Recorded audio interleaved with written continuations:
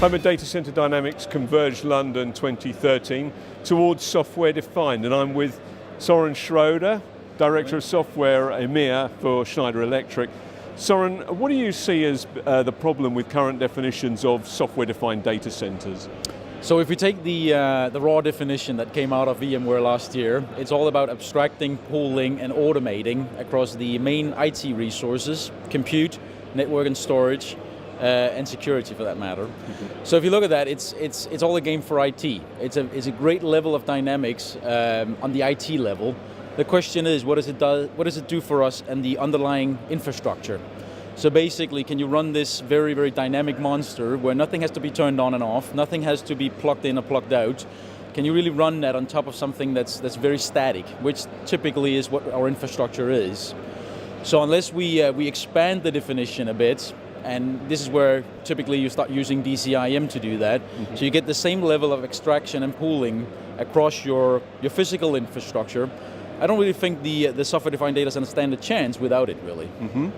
So it's another case of reinforcing that old IT and facilities divide at the moment, whereas it could be an opportunity for a lot more integration. Exactly. I would say, the software-defined data centers, as it's typically, spoken about today, is actually just contributing to that gap between IT and facility, because it clearly is an IT game. It has a purpose, absolutely. It's solving a lot of problems and a very clear value proposition for it. Mm-hmm. But unless we kind of bridge that gap between IT and facility, it's just going to be another siloed system.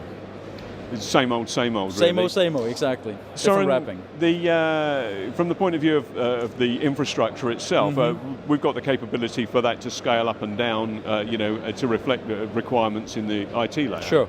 Yes, absolutely. So again, I think when you look at it today, we have a lot of the components we really need to make the truly dynamic data center, really, where you take what is defined as a software-defined data center, mm-hmm. and pull that all the way down into the physical infrastructure. Look, we have, modularized UPSs, dynamic range cooling units, and so forth and so forth. So all units that is capable of operating at different capacities.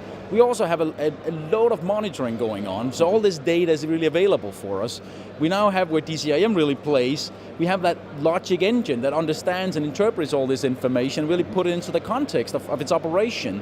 So what we really need is really the guts to actually use that and take that to the next level of starting to scale up and down as your business or your business processes scales up and down as well. What's stopping this happen now?